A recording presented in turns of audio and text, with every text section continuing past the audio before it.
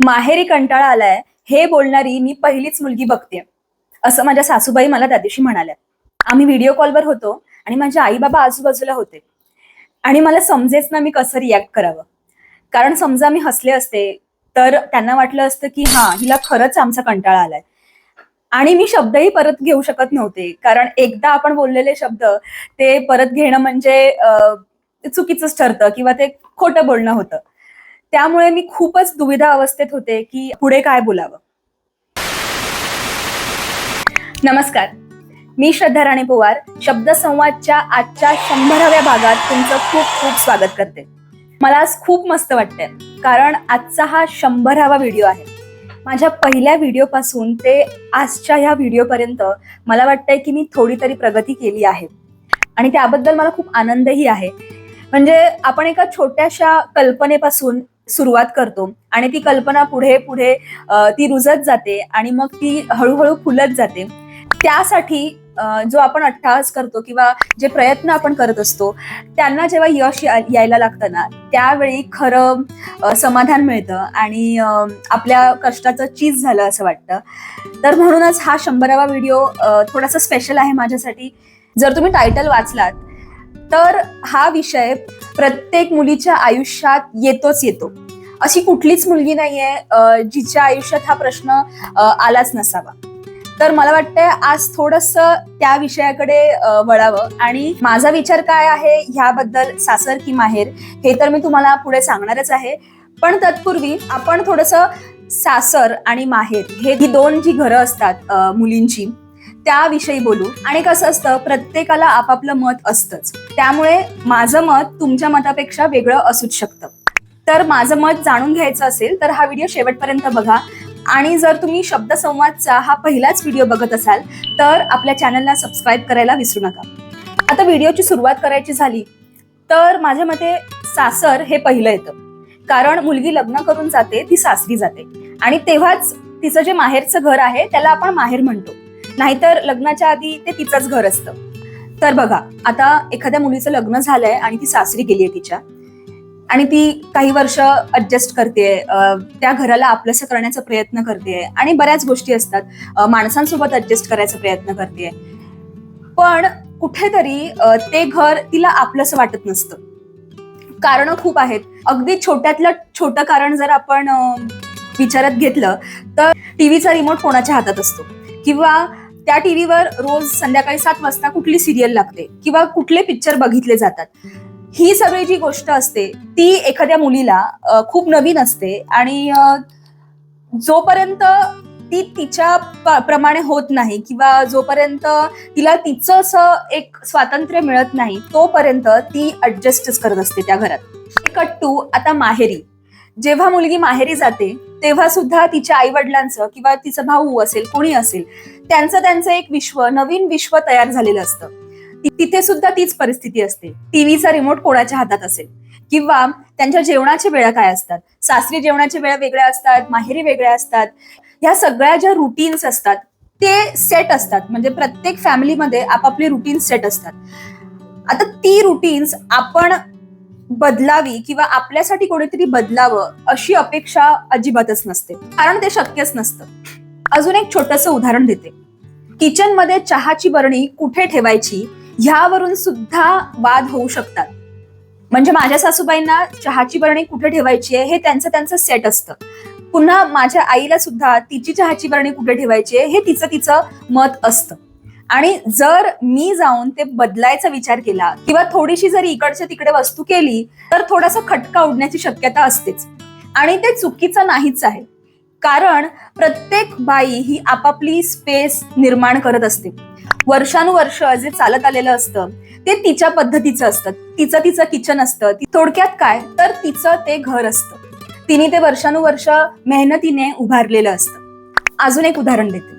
मी तुम्हाला आधीच्या व्हिडिओमध्ये सांगितलंही होतं की मी ह्यावेळी जवळजवळ 20 दिवस माझ्या माहेरी होते आणि त्या 20 दिवसात मला अशी जाणीव झाली की ते कितीही माझं घर असलं तरीही मला तिथे पूर्ण आनंद मिळत नव्हता. आणि मी कोणाला दोष देत नाहीये, ती आई असो किंवा सासू असो, 2 बायका एकत्र आल्या ना की खटके हे उडणारच आहे. आणि त्या खूप वेळासाठी एकत्र राहिल्या तर मग हमखास हे होणारच आहे. आता ह्या गोष्टीसाठी मला ट्रोल केलं जाऊ शकतं किंवा माझ्या या मताला थोडंसं हेट मिळू शकतो, पण हे फॅक्ट आहे जे आपण कोणीच नाकारू शकत नाही. जसं मी व्हिडिओच्या सुरुवातीला तुम्हाला सांगितलं की माझ्या सासूबाईंना आश्चर्य वाटलं होतं की मी माहेरी कंटाळले होते, कारण मला माझं घर म्हणून आता माहेर किंवा सासर हे वाटतच नाही. कारण माझं घर हे आहे जिथे मी शूट करते, जिथे माझी पुस्तकं आहेत. म्हणजे अक्षरशः मला असं वाटत होतं की माझी पुस्तकं मला हाक मारतायत की आता बस झालं, खूप दिवस माहेरी राहिलीस, आता स्वतःच्या घरी येईल. हा थोडासा वेडेपणा वाटेल तुम्हाला, पण हे खरं आहे. कारण जिथे मी व्हिडिओज बनवते, जिथे माझी पुस्तकं आहेत, जिथे मी लिहिते, ते घर माझ्यासाठी मला वाटतंय की ते मला माझं घर वाटतं. कारण ते घर मी स्वतः उभारलेलं आहे. हे कुठल्याही स्त्रीसाठी लागू होतं असं मला वाटतं. म्हणजे तुम्हाला काय वाटतं हे तुम्ही मला सांगूच शकता कमेंटमध्ये. पण माझं हे मत आहे की नवरा बायको दोघं एकत्र मिळून जे घर बनवतात, ते भाड्याचं असो किंवा स्वतःचं असो, कुठलंही असो, पण जेव्हा त्या दोघांची इन्व्हेस्टमेंट त्यामध्ये असते, इमोशनल इन्व्हेस्टमेंट, फायनान्शियल इन्व्हेस्टमेंट, त्यावेळी ते घर एका स्त्रीला तिचं स्वतःचं घर वाटतं आणि तिथेच तिला जास्त आनंद मिळतो. काही मुलींना सासरी अजिबातच आवडत नाही, काही मुलींना माहेरी खूपच राहायला आवडतं, पण माझ्यासारख्या काही मुलींना दोन्हीकडे राहायला आवडतं. पण जर मला विचाराल की तुझं घर कुठलं किंवा तुला कुठे राहायला आवडतं, तर माझं उत्तर हेच असेल की मला माझ्या नवऱ्याच्या घरी राहायला आवडतं. तुम्हाला हे तर माहित असेल ना की नोकरी निमित्ताने लोक परगावी जातात आणि तिथे राहतात किंवा तिथे सेटल होतात. तर त्यांची जन्मभूमी वेगळी असते आणि जिथे ते नोकरीला जातात ती त्यांची कर्मभूमी असते. तर असंच काहीसं मुलींचं सुद्धा असतं. म्हणजे माझी जन्मभूमी माझं माहेर आहे, पण माझी कर्मभूमी हे माझ्या नवऱ्याचं घर आहे. आणि मुख्य म्हणजे मी एक लेखिका असल्यामुळे मी माझं स्वतःचं एक छोटंसं विश्व निर्माण केलेलं आहे. उदाहरणार्थ माझ्या प्रत्येक रूममध्ये, तो हॉल असो किंवा बेडरूम असो किंवा अजून काही छोटीशी जागा असो, तिथे प्रत्येक कॉर्नरमध्ये पुस्तकं आहेत. आणि हे माझं स्वप्न होतं बरं का. तर हे जे स्वप्न आहे ते मी माझ्या सासरी किंवा माहेरी पूर्ण करूच शकेन असं नाही. कारण माझ्या आईबाबांचं असं एक आयुष्य आहे, त्यांचं एक विश्व आहे, किंवा माझ्या सासू सासऱ्यांचं त्यांचं एक विश्व आहे, त्यांच्या वस्तू आहेत. तर त्या मी अगदी बाजूला काढून किंवा माझ्यासाठी एक छोटीशी जागा करून असं नाही होत. जेव्हा आपण स्वतःसाठी एक विश्व निर्माण करतो तर काही स्वप्न बघितलेली असतात आपण लहानपणी. म्हणजे मी तर ही स्वप्न बघितलीच होती की माझं एक बुकशेल्फ असेल छानसं, मग प्रत्येक रूम मध्ये थोडी थोडी पुस्तकं असतील. तर हे आपोआप होत गेलं. म्हणजे जो बुकशेल्फ आहे इकडे तो फुल झाला, तो हळूहळू कमी पडू लागला मला. मग मी काय केलं, अमेझॉनचा एक बॉक्स होता, त्या बॉक्सला कट करून मी अजून एक छोटंसं बुकशेल्फ बनवलं, जे मी माझ्या बेडरूम मध्ये ठेवलं. सो ह्या सगळ्या ज्या गोष्टी असतात ना, ह्या आपल्याला आपल्या स्वतःच्याच घरात, म्हणजेच आपल्या नवऱ्याच्याच घरात करायला मिळतात. कारण आपण त्या हक्काने करू शकतो, कुठलाही संकोच नसतो आणि आपण आपल्या कम्फर्ट झोन मध्ये काहीही करू शकतो. म्हणजे मी ह्या घरात कितीही वेळा लिहित बसू शकते, मला कोणीही विचारणारं नसतं. मी कधीही उठून वाचू शकते किंवा मी कुठल्याही वेळी टीव्हीचा रिमोट हातात घेऊन टीव्ही समोर बसू शकते. तर हे जे काही स्वातंत्र्य असतं ना, हे मुलींना खूप हवं असं वाटतं. आणि तेच स्वातंत्र्य जेव्हा तिला तिच्या नवऱ्याकडून मिळतं, तो आनंद जगात कोणीही तिला देऊ शकत नाही. पण माझ्या या मताचा चुकीचा अर्थ अजिबातच घेऊ नका. मला माहेरीही जायला आवडतं, मला सासरीही तितकंच जायला आवडतं. फरक फक्त इतकाच आहे की मला माझ्या कर्मभूमीकडे, म्हणजे माझ्या या टेबलकडे किंवा माझ्या पुस्तकांजवळ किंवा माझ्या या छोट्याशा विश्वात परत यायला खूप जास्त आवडतं. हा व्हिडिओ बनवणं खूप दिवसापासून माझ्या डोक्यात होतं आणि आज जेव्हा मी हा बनवते तेव्हा मी कुठेही काहीच लिहून ठेवलं नाहीये. जे मनात येते ते बोलते. आणि मला वाटतंय हे 100 व्हिडिओज जे मी बनवलेत वर्षभरात, ते एक प्रॅक्टिस म्हणून होते. आणि आता कुठे थोडा बोलण्यात कॉन्फिडन्स येतोय, नवीन नवीन शब्द सुचतायत, कुठेही अडखळायला होत नाहीये.